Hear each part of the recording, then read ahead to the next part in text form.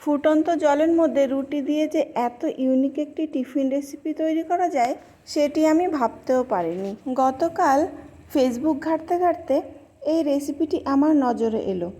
তো রেসিপিটি আমার এতটাই ভালো লাগলো, মনে হলো বেশ হেলদিও আর বাচ্চারা বেশ পছন্দও করবে, তাই ঝটপট আপনাদের সাথে শেয়ার করে নিলাম। তবে চলুন ঝটপট রেসিপিটি রেডি করে নিই। তো প্রথমেই আমি এখানে ময়দা দিয়ে রুটি তৈরি করে নিয়েছি। আপনারা চাইলে এখানে আটা দিয়েও এভাবে রুটি তৈরি করে নিতে পারেন। শুধুমাত্র নুন জল দিয়ে ময়দাটাকে মেখে আমি রুটি তৈরি করেছি। আর এদিকে একটি কড়াইয়ে জল বসিয়ে নিয়েছি।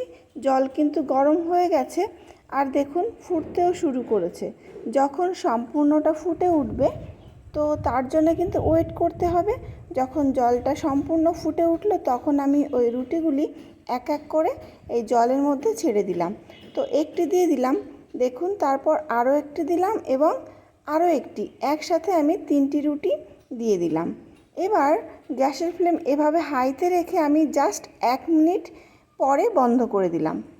শুধুমাত্র 1 মিনিট জাল করলেই কিন্তু খুব ভালোভাবে এটি সিদ্ধ হয়ে যাবে। তো দেখুন আমি সাথে সাথে জল থেকে তুলেও নিলাম একটি ছাঁকনির উপরে।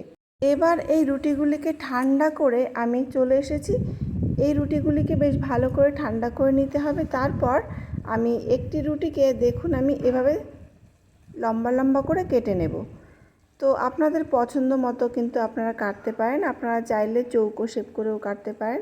তো আমি এভাবে লম্বা লম্বা করে একটু নিমকি টাইপের মতো করে কেটে নিলাম, যাতে একটু দেখতেও ভালো লাগে।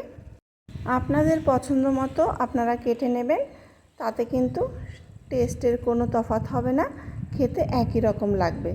তো এবার কাটা হয়ে গেল, আমি একে একে এভাবে আর একটি প্লেটে তুলে নিচ্ছি। তো দেখুন এভাবে আমি আলাদা আলাদা করে ছাড়িয়ে নিচ্ছি। আর যখন এই কাজটি করতে হবে তখন অবশ্যই হাতে একটু সাদা তেল লাগিয়ে নিতে হবে। আর যে প্লেটে আমি এই কাজটি করছি তো ওই প্লেটেও একটু সাদা তেল ব্রাশ করে নিতে হবে, তাহলে কাজটি করতে বেশি সুবিধা হবে। তো একই রকমভাবে আমি সবকটি রুটি কেটে নিয়েছি। তো এবার এগুলি দিয়ে একটি দারুণ টেস্টি রেসিপি তৈরি করতে হবে। তো চলুন, তার জন্য একটি কড়াই বসিয়ে নিয়েছি।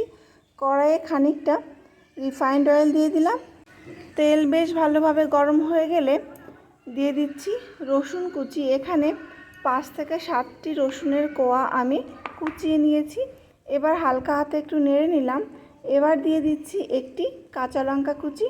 আপনাদের স্বাদ মতো লঙ্কা দিয়ে নেবেন। আপনার বাচ্চা যদি লঙ্কা খেতে পছন্দ না করে তাহলে এটাকে অ্যাভয়েড করা যেতে পারে। তারপর দিয়ে দিলাম চৌকো চৌকো করে কেটে রাখা পেঁয়াজ, ক্যাপসিকাম আর টমেটো। এবার হালকা হাতে 1 থেকে 2 মিনিট নেড়ে নেওয়ার পর দিয়ে দিচ্ছি স্বাদ মতো নুন আর খুব সামান্য পরিমাণে একটু চিনি। এটা কিন্তু এর টেস্ট আরও অনেক বেশি বাড়িয়ে দেবে। আবারও আমি একটু নেড়ে নিচ্ছি। এবার নেড়ে নেওয়ার পর দিয়ে দিচ্ছি 1 চামচ গ্রিন চিলি সস, আর দিলাম 1/2 চামচ সয়া সস, আর দিলাম 2 চামচ টমেটো কেচাপ। এবার সমস্ত উপকরণ আমি ভালোভাবে মিশিয়ে নেব। তো গ্যাসের ফ্লেম একই অবস্থায় রেখে হালকা হাতে একটু নেড়ে নিলাম। আর তারপর দিয়ে দিচ্ছি 1/2 চামচ গোলমরিচ গুঁড়ো। এবার ভালো করে মিশিয়ে নিচ্ছি। তো মিশিয়ে নেওয়া হয়ে গেলে গ্যাসের ফ্লেম লো রেখে 2 থেকে 3 মিনিট আমি ঢাকা দিয়ে রেখে দিলাম। এর জন্য সবজিগুলি খুব ভালোভাবে সিদ্ধ হয়ে যাবে। তো ফিরে এলাম 2 থেকে 3 মিনিট পর। তো আবারও নেড়েচেড়ে নিলাম। এবারে গ্যাসের ফ্লেম একটু বাড়িয়ে দিলাম আর আগে থেকে যে পাস্তাগুলি আমরা রেডি করে রাখলাম সেগুলি দিয়ে দিচ্ছি। তো বাড়িতে যদি চাউমিন পাস্তা না থাকে আমরা অবশ্যই কিন্তু বাচ্চাদের এভাবে টিফিন রেডি করে দিতে পারি খুবই সহজে আর ঘরে থাকা সাধারণ উপকরণ দিয়ে। তো বাড়িতে অবশ্যই একবার ট্রাই করবেন আর আমাকে জানাবেন রেসিপিটি কেমন লাগলো। তো এভাবেই আমি 3 থেকে 4 মিনিট নেড়েচেড়ে রান্না করে নিলাম আর রেসিপি কিন্তু কমপ্লিট। এবারে নামিয়ে নিতে হবে। তো গ্যাসের ফ্লেম আমি বন্ধ করে দিলাম আর দেখুন আরেকটি পাত্রে নামিয়ে নিচ্ছি। দেখতে কিন্তু ভীষণ ইয়াম্মি হয়েছে। একটু উপর থেকে টমেটো কেচাপ ছড়িয়ে দিয়ে আমি সার্ভ করব।